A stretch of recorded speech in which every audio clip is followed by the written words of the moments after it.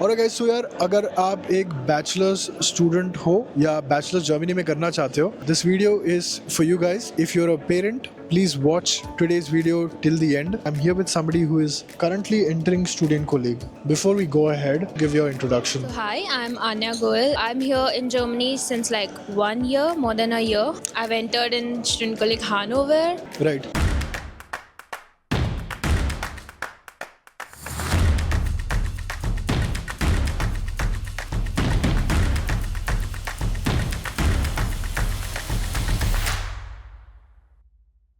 Alright, so I'm coming to India. I'll be in 5 cities of India, and here are the dates and the city. So the first city I'm coming to is Mumbai on 11th of October. Pune I'm coming on 17th of October.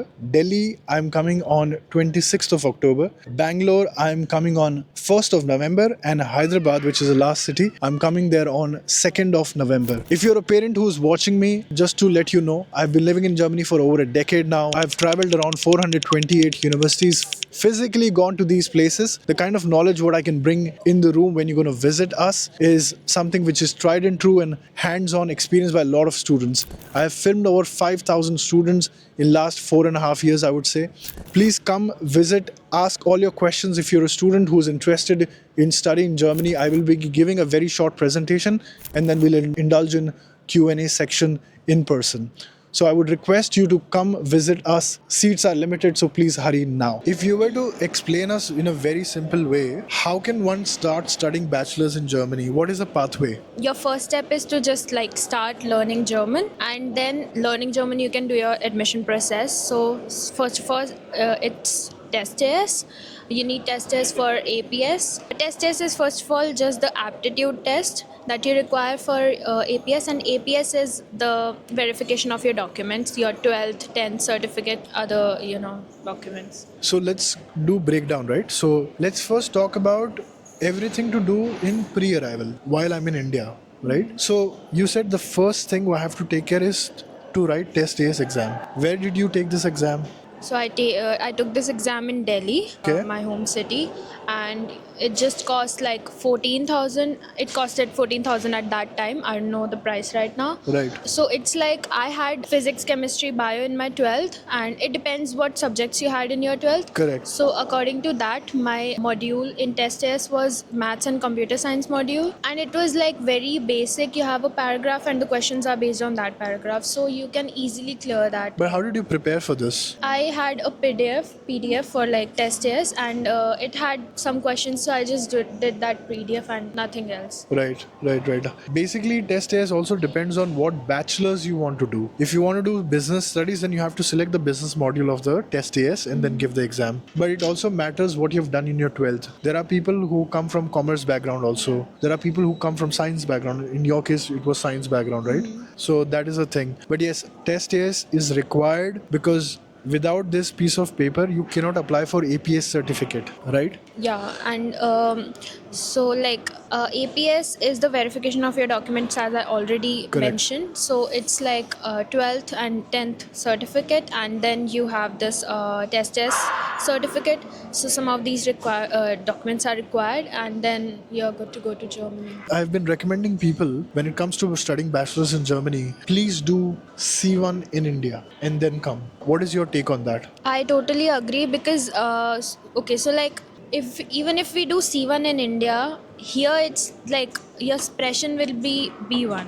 Right. Like not more than that, because I did like till B2, but I had to repeat B1 after coming here. You require a lot of practice because our teachers in India are Indian, so they have sort of accent, and mostly the teaching style is really different. So they teach you. So that I saw this difference. I had learned with like German teacher as well as Indian teacher. So in India they explain you the vocabulary, they explain you in Hindi, but here the German teachers explain you in German. So like there's this difference. So yeah, if you do till C1, then your actual level of German would be B1 or B2. Correct. How much do you think 12th grades matter in the process of getting admission in bachelor's? They do matter, but I don't think so. It's like if even if you have like 75%, it's fine. Right. You can still like apply because it depends on the FSP as well, the score in the Studienkolleg. So yeah. Right. So let me help you guys again to structure this process, right? So first, make sure that you do really good in your 12th boards. Very important. You cannot compromise that. Anything, if you get a score anything between 55, 60%, you're making it more difficult for yourself in the future. So ensure that we work on getting a good score in your board exams. Number one. Number two, please start learning German language full time, not on the side, not 3 times in a week. Doesn't help you really. It won't help you. So start learning German intensively and get yourself at least till B2 level. Then apply for Studienkolleg directly. Okay. Again, we need APS certificate and arrange the APS certificate, and before APS certificate you have to give TestAS exam. So sequentially the way it will go is give 12th, learn German, apply for TestAS exam, clear that, apply for APS. Now you have got all the exams required. Then documentation wise you have to have 10th 12th certificate results. I mean, you need to have a statement of purpose, you need to have letter of recommendations, and anything you have done additionally along with APS certificate and German certificate from Goethe. You take all of this and apply it directly for Studienkolleg. I don't think so people can apply for bachelors directly, right? They have to apply for Studienkolleg first. Yeah. Right. And this is what you did. Yeah, I did like okay, so there's another way, like you can do bachelor 1 year bachelor's in India. In India also. But we don't really prefer that because your German would not improve at all. If you do Studienkolleg here, your language will improve first of all, and then you also get familiar with the subjects, which is really important, and you get the experience which is required before doing bachelor's. So yeah, Right. it is important to. I mean, the most preferred way is your way, I feel. But I have also met students in TUM Heilbronn. They did 1 year in India. They studied till B2 level and they jumped directly in a English taught bachelor's. They are currently studying, which is great. But I feel आपका जो process है, your process is far more effective is what I feel. Yeah. Knowing German so well, secondly you understand everything theoretically so good, right? And also when you go through Studienkolleg का phase पूरा, the intensity at which they teach you at Studienkolleg is, oh god, you're about to start that, right? Yeah, I'm about to start my Studienkolleg next month. Right. So going forward from where we stopped, right? So you apply for Studienkolleg. Let's say you apply for 10 Studienkolleg, but you have to take care when you're applying. There could be an overlap of the exam dates when it comes to Aufnahmeprüfung, right? Yeah, so it often happens with T course. I'm from M course, so it didn't happen with me. But in T course, it happens that you have Aufnahme of 2 Studienkollegs on the same day. For example, Frankfurt and I think Darmstadt. It happens every time. So that you Right. need to prioritize which Studienkolleg you want, and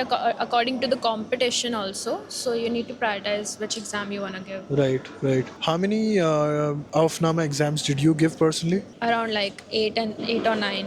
Okay. And so I started in summer intake this year, and I only got like invitation from 3 Studienkolleg because I had B1 official exam, official certificate. So it was Frankfurt, Halle and Munich. And I couldn't clear that because all of them were only like German exams. So the competition was even higher because I had to compete with the Ukrainians and Russians who already, German is their mother tongue. So yeah, it was difficult for me. But this time in winter intake, I got invitation from 4-5 Studienkollegs. So I cleared Hanover. Okay.